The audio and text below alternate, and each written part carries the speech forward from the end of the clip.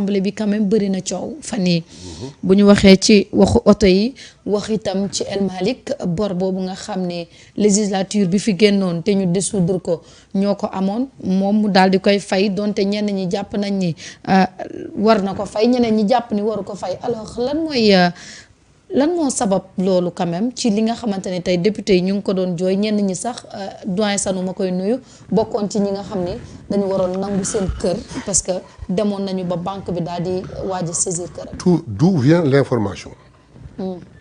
C'est le président de l'Assemblée nationale moo ko wax. mais keneen xamu ko woon. jusqu'au jour de la présentation des vœux. Ouais. C'est important. Deuxièmement, il est le président de l'Assemblée nationale. Ouais. Il ne gère simplement pas la législature là. Même les anciens présidents de l'Assemblée nationale et les anciens députés, il les gère. Qu'est-ce qui se passe? bu ñu yegsee ci oto yi tam na ngeen ma may ma dal taxaw. jël na ñu nommé ko président Assemblée nationale. ñu dissoudre 14e législature. mu fekk fi ay indemnité yi nag moo wax askan bi ni leen député ba mu nekkee député 1960 ba léegi wala sax avant dafa masa am oto bu rafet bu bakkade bu muy liggéeyee Macky Sall moo dindi ni jëndul oto mais day joxe ay indemnité de transport. 900 000.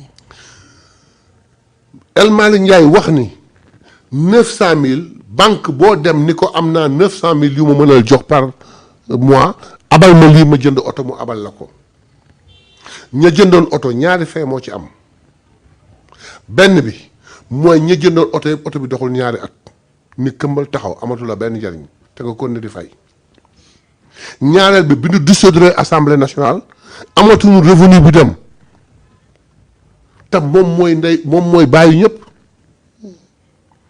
mu dem ba mu am ay menaces pour ñu jël leen. am na nag autonomie. c'est une institution autonome. Mame Diop jërëjëf 200 millions yi ñu ko bàyyiloon pour mu jënd ci oto. peut-être sax oto bi di jar 200 millions ay commodité am. mu ni kon bàyyi leen ko fi ba sama successeur ñëw bi mu ñëwee ñu ni ko 200 millions mi ngi fi pour sa oto. mënoon na ci nguur mënoon na ci def lu nekk mu xalaat njabootam gii nga xam ni c'est des députés c'est des représentants du peuple qui ont travaillé pour le peuple yoo xam ni président moo ko dissoudre yoon may na ko mais teg na leen préjudice moom nag njabootam la mu ne jël leen 200 millions yi ngeen yokk ci lii ngeen bës ko ci banque yi mu apaiser leen geste de grandeur. képp koo xam ni am na noo ciy waxee mooy t'as pas réfléchi ou tu n'es pas à la place des autres. moi je l'apprécie et je le salue. mu def lu rafet a rafet. te nag information bi kenn xamu ko moom moo ko wax mooy wane ne amul lu muy làq. te li mu def nag rafet na man de Mayaabe je le félicite te dama ko rafetlu mais nag képp ku ko bañ da nga nekkul à la place de ces gens-là. si tu étais à la place de ces gens-là nga dem sa mandat àggul nit ku am droit dissoudre la amatoo revenu boo fayee banque yi di la jàpp ba nar a saisir sa kër nit taxaw nekk sa kilifa jàppale la ba loolu nga denc ku ko sali yowul rek amoo xol dese nga wala t'as pas réfléchi comme il le fallait loolu mooy benn. ñaareel bi mbirum oto yi warul am coow. El Malick bi mu jëlee assemblée. moom mooy wax première séance plénière mooy la séance la plus solennelle la plus importante mu gis ay député di wàcce Jakarta ay député di wàcce taxi du lu rafet. mais pourquoi au Sénégal ñu bëgg jàpp député misérabiliser ko au point où considérer ko comme un moins que rien pourquoi nga fal ko bon. am na lu ma d'accord ak ñoom député meloon na fi noo xamante ni tëdd nelaw yeewu tiis daw voté d'accord naa. dëgg la assemblée doo fa jaar. xamoo sax say ñaar tànk. xamoo luy droit xamoo luy loi d'accord naa mais ñun bi ñu falee quand on est venu le président de l'Assemblée dafa bës tànkam. Je ferai cette assemblée la maison du peuple. Je ferai de cette législature la meilleure du Sénégal. Mais at la fi defagum defaraat assemblée personnel bi bërki dem bi ñuy wax sa yaram day daw député ñun ku daan gàddu 45 kilos mu teggil la ko yombalal la ko mu ni nag waaw c'est le seul point abi boobu rek lañ ko mën a reprocher. mu abusé am ñi mu waxal ñi député bu ne am na 900000 su ma leen seetaanee la daloon ñee mën na leen dal. du ma leen seetaan seen xaalis la ñoom ñoo ko moom woote na nga ko budget du ma leen ko jox dama koy confisquer. kon seen xaalis la ko jëndee. 900 députés yi seen indemnité de transport bu ñu war a jot tous les mois benn weer lañ ko jot muy décembre 2024 booba ba léegi benn député jotul indemnité. indemnité yooyu la naq mais indemnité at matul pour jënd oto mu lancé appel restaurant ni ku mën da nga may wutal oto yu baax yu bakkane mais yoo xam ni dafa robuste te dëgër une commande spéciale boo xam ni député ba ca Salamata mën na ca yéege ca montagne ya député ba ca Richard Toll mën na ca dugg sa ndox ya député ba ca wàll mën na jaar ci suuf sa te nga may ma fay la ko ñetti at donc pendant ñetti at damay nangu seen indemnité jënd ko oto da fay la ko ñetti at concessionnaire bi nangu mu ni ko yemuma ci loolu nangu naa seen indemnité jox la nga pour nga wutal ma ay oto yu robuste yu baax mais nag ñetti at laa la koy fay waa gi ni ko waaw mu ni ko doyoo la moom yaa koy assuré oto yëpp yaa leen di assuré waa gi ni ko doy moom mu ni ko yaa yor entretien bi oto yëpp yaa yor seen entretien waaw léegi lan moo fi coow lu fi indi wax dafa am nag ci ñun comme ci ñeneen. mais Guy wax na nee na waxoo leen ceeg moom. mais attendez Guy mooy kan. député la. le président de l'Assemblée il s'est adressé au président de groupe. qui a parlé en notre nom.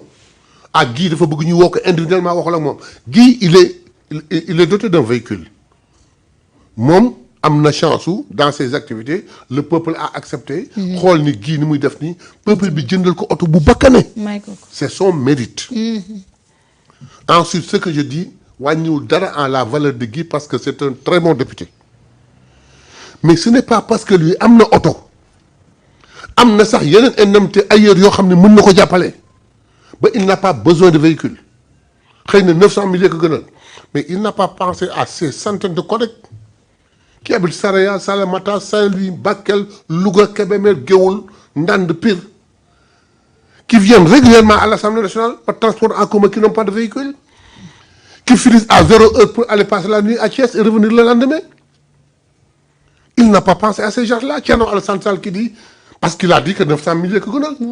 mais 900 000 yi mën na ko jox ñi bàyyi ko nii. man Mayabé je suis député.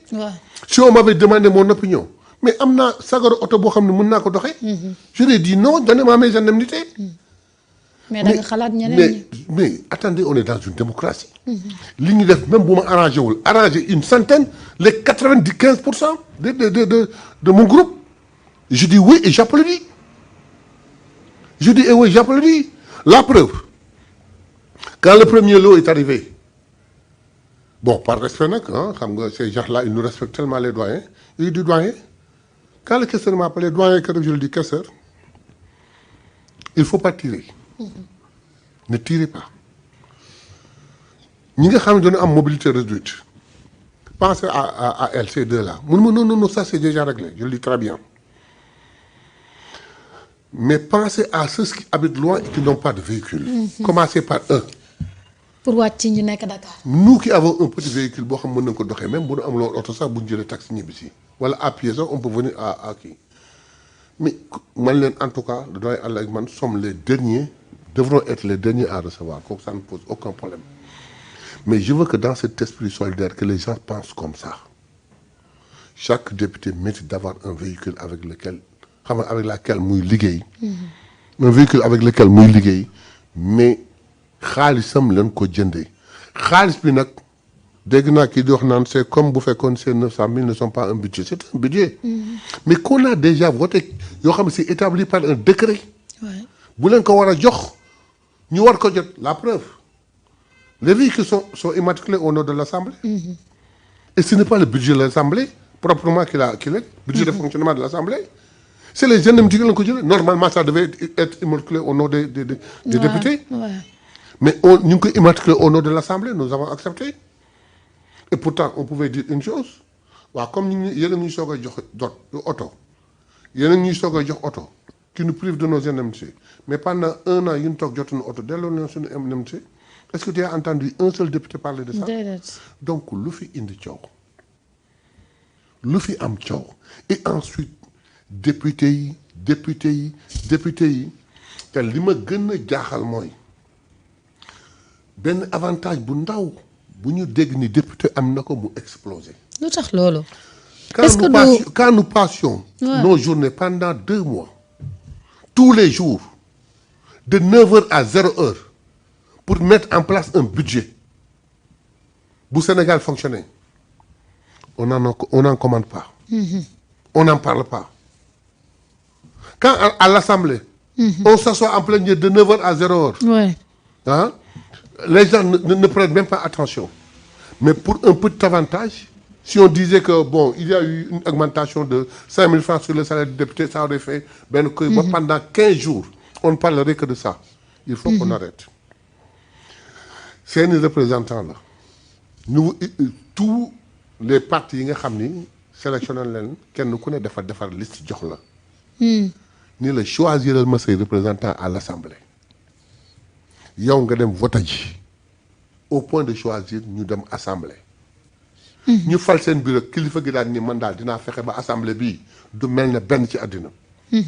te mu ngi koy def concrètement ñëpp di ki teg seen bët. Donc où est le problème. xamuñu ni président de la république tey su yàlla tere bu tële woon tey député koy remplacé. bu tële woon tey président lu ko def président député la. député koy remplacé. kooku bu amoon problème député yi ñëw ba député yi jeex. mais est-ce que tamit du ak situation économique bi tax nit ñi wax loolu en plus de cela xam nga keroog yaa ngi fi toog nga ni def ngeen formation xam ngeen exactement lan mooy rôle du député parce que jàpp ngeen ni su fekkee defoo leen ay proposition ba léegi c'est parce que ay novice ngeen xamoo leen ni assemblée bi mais sànq ci say biir wax dégg naa nga ni ay bés yu ñu dëgmal dinañ xam ne am na changement que ni dinañ am assemblée bi. mais bien sûr mais xam nga on parle d'une situation économique. Il est bien vrai que nous allons trouver un système, nous allons trouver un pays en ruine, un système financier qui buy soox. Mais l'indemnité bi ñu jëndee oto yi mais budgétiser nañ ko ba teg ko réew mi soox budgétiser nañ ko réew mi ñàkk soox budgétiser nañ ko te sax ki nga xam ne mooy dem di wax ak askan bi di dox ci diggante askan beeg wax dans le cadre en dehors de li nga xam ne mooy plénière budget yi nga xam ne moo lay seetaan télé. Le député de Kolda qui va toujours à Kolda toutes les semaines parce que am na yoo xam ne mënu ko rater foog mu dem fekk ji ko di fa fekk ay problèmes individuels ak ay problèmes communs di leen recenser. wàcc biroom toog boolekat il n'est pas seulement le député de Kolda c'est un député du Sénégal ñi ko xam te nekk Dakar ñi ko xam te nekk Tamba ñi ko xam te nekk Goudiri il les reçoit à son bureau di xam seen problème si c'est rattaché à une direction mu fexe ba am contact direction bi jéem a lijjanti problème boobu guddeeg ba ceg loolu la ñuy dundee wala ca ministre ba wala quelquefois sax ci président de la République nga nekk ci soxla askan bi guddi ak bëccëg kooku war a altine talaata àllarba alxames ajjuma fekk ko fii ci Ndakaaru parce que am na lu koy xaar ci liggéey député il est à son bureau kenn jox ko bureau pour mu tëdd fay nelaw vendredi samedi bu toogee Dakar demul fële àddina tukki bu demee fee dellusiwul Dakar àddina tukki mu war a jaabante un député dugg transport en commun rafet na ñu fal président de la République jox ko commodité yëpp dafa war nag téléphone normal. ba jox ko avion de commandement. on applaudit on dit heureusement. moom bi ñu faluñu keneen ku dul député. wala maire. d'accord moom mu nommé. ñamu nommé yëpp ñu jox leen toutes les commodités ba ci directeur yi. ñu ni député bi oto mun am. mooy indi problème d'accord il faut que les gens arrêtent. waaye Samba parce que tamit waaye directeur yi bu ñu mënee am yenn yi tamit jaadu na. ci waaw ñu représenté assemblée parce que coow li mënoon na bañ a. absolument gis nga le débat sur les véhicules là. warutoon am sax. déedéet. débat bi fu xam nga fu mu waroon am. est-ce que indemnité 900000 yi ñu fi fekk est-ce que dañ koy reconduire wala dañ koy wàññi par rapport ak situation économique bu morose. peut-être waaw. foofu la débat bi waroon am mais dès l'instant que bàyyi nañ ñuy am seen indemnité 900000 buñ koy jël daal am problème waaye buñ ko jëndee oto lay am problème. finalement man j'aurais aimé dès le début ñu poser le débat autour de l'indemnité. Est-ce que par rapport ak situation bu difficile bi ñu fekk ci réew mi est-ce que indemnité bi dañ koy maintenir wala est-ce que duñ ko wàññi foofu noonu buñ ko débattroon fa lay amee sens mais on peut pas laisser ñuy am indemnité 900000 ñu jël 900000 yooyu jënd ci oto aujourd'hui ñu bëgg a def débat bi ci oto yi kon ñoom daal bu ñuy jël indemnité bi ci en espèce amul problème. amul problème waaw. problème bi daal mooy waruñu leen gisee oto pendant ce temps les directeurs sont dotés de véhicules les ministres sont dotés de véhicules mais quand il s'agit d'un député non yu bakkane. yu gën a cher oto député yi. quand il s'agit d'un député on pose le débat c'est-à-dire que ce débat là lañ ko xoolal fañ ko waroon poser dafa romb man je n'ai pas man gis nga yàgg naa dem assemblée député yi gis nga ci confort bi ñu nekkoon wallaay wute naag député yi. man dama yàgg a couvrir session budgétaire ba may dugg ci métier bi di def stage man dama doon nekk assemblée ba 1h du matin waaye confort bi député yi nekkoon wute na lool ak député yi nii. mais li El Malick dindi ci indemnité ak joxe xaalis dafa bari. exactement. léegi nag man laajal John rek. man nag sama problème mooy bu nga laaj ko. man sama problème mooy député yi bu leen neexee sax nañ leen jox hélicoptère. wala ñu jox leen ay jet privé man xam la mooy sama problème. lañ leen fa yóbbu ci assemblée nationale est-ce que ñu ngi koy def te foofu nag damay wax doyen ne réforme yéex na te nag foofu war ngeen ko accélérer waaye man député man jàpp naa ne quelqu'un qui buy wuyoo député du peuple il doit traiter plus qu'un ministre bu député bi nekkee ne mu ngi dox rôle am rek war nañ ko traiter nu raw ni ñuy traiter ministre man loolu laa gëm parce que nag il faut pas ne ko yow yaay député du peuple ba pare bu ko dugal ci benn misère te texte lu mu bind gis nga texte lu mu bind nañ ko respecter assemblée dañoo mos a doter les députés de véhicules nañu respecter loolu nañ ko respecter bés bu ñu demee nag ba war a tëggaat assemblée ñu ne léegi askan wi dem leen ngeen laaj nan ngeen gisee nan la ñu war a tëggee assemblée léegi ban conception ngeen ci am man boo ngeen ñëwee laaj ma ne leen man léegi conception bi ma am léegi mooy nañ teg assemblée boo xam ne les députés seront rémunérés en fonction des sessions je peux proposer ça mais li ñu fi fekk muy assemblée bi avec les textes ñu koy doxal députés yi lu ñu am te texte yi prévoir ko nañ leen ko jox et qu'on ne se focus plus Samba xam nga loolu nga wax noonu Samba c'est une chose